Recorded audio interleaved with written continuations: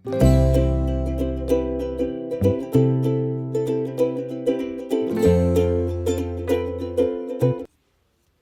പുട്ടിൻ്റെ റെസിപ്പിയാണ് ഇന്നത്തെ വീഡിയോ. റവയും നേന്ത്രപ്പഴം വെച്ചിട്ട് നല്ല ഹെൽത്തി ആയിട്ടുള്ളൊരു പുട്ടാണ് ഉണ്ടാക്കി കാണിക്കുന്നത്. ഇതാകുമ്പോൾ പ്രത്യേകിച്ച് ഇതിലേക്ക് കറിയൊന്നും ആവശ്യമില്ല, ചെറിയൊരു മധുരം ഉണ്ടാവും കേട്ടോ. അപ്പോൾ നല്ലോണം പഴുത്തിട്ടില്ല, അത്യാവശ്യം പഴുത്തൊരു നേന്ത്രപ്പഴം എടുത്തിട്ടുണ്ട്.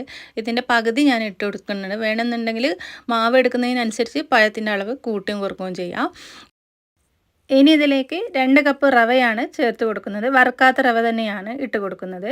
എന്നിട്ടൊന്ന് നന്നായിട്ടൊന്ന് പൊടിച്ചെടുക്കാം. പൾസ് ചെയ്തിട്ട് വേണം ഇത് പൊടിച്ചെടുക്കാനായിട്ട്. എന്നിട്ടൊരു പാത്രത്തിലേക്ക് മാറ്റിയതിന് ശേഷം 2-3 ടേബിൾ സ്പൂൺ വെള്ളം കൂടി ഒഴിച്ച് കൊടുത്തിട്ട് ഇതൊന്ന് മിക്സ് ചെയ്ത് കൊടുക്കുക. ഉപ്പും കൂടി ചേർത്തിട്ടുണ്ട് കേട്ടോ. എന്നിട്ടാണ് ഇത് മിക്സ് ചെയ്തെടുത്തത്.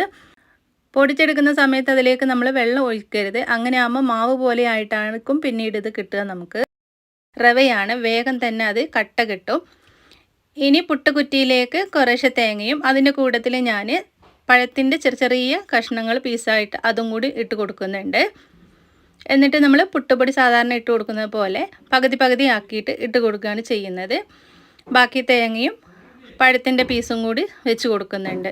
എന്നിട്ട് നമുക്കിത് സ്റ്റീം ചെയ്തെടുക്കാം. മാവ് ഫില്ല് ചെയ്തതിന് ശേഷം നമ്മളിത് കുക്കറിലേക്ക് വെള്ളം വെച്ചിട്ട് അതിൻ്റെ മുകളിലാണ് വെച്ച് കൊടുക്കുന്നത്. പെട്ടെന്ന് തന്നെ ഇത് ആയി കിട്ടുന്നതാണ്. അങ്ങനെ ഇതാ നമ്മുടെ പുട്ട് ഇവിടെ റെഡിയായി കിട്ടിയിട്ടുണ്ട്. 2-3 മിനിറ്റ് കൊണ്ട് തന്നെ ഇതിവിടെ നന്നായിട്ട് ആവി വന്നിട്ടുണ്ട്. ഇതിന് നമുക്കൊരു പാത്രത്തിലേക്ക് മാറ്റിയെടുക്കാം.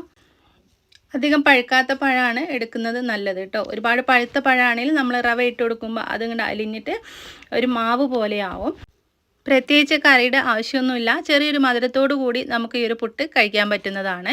റവയും നേന്ത്രപ്പഴവും വെച്ചിട്ട് ഒരിക്കലെങ്കിലും നിങ്ങളിതൊന്ന് ട്രൈ ചെയ്ത് നോക്കണേ. നിങ്ങൾക്ക് ഈ വീഡിയോ ഇഷ്ടമായിട്ടുണ്ടെങ്കിൽ അഭിപ്രായങ്ങൾ അറിയിക്കാനും മറ്റുള്ളവരിലേക്കൊന്ന് ഷെയർ ചെയ്യാനും കൂടി മറന്നു പോകരുത്. വീണ്ടും നമുക്ക് നാളെ മറ്റൊരു റെസിപ്പിയുമായിട്ട് കാണാം.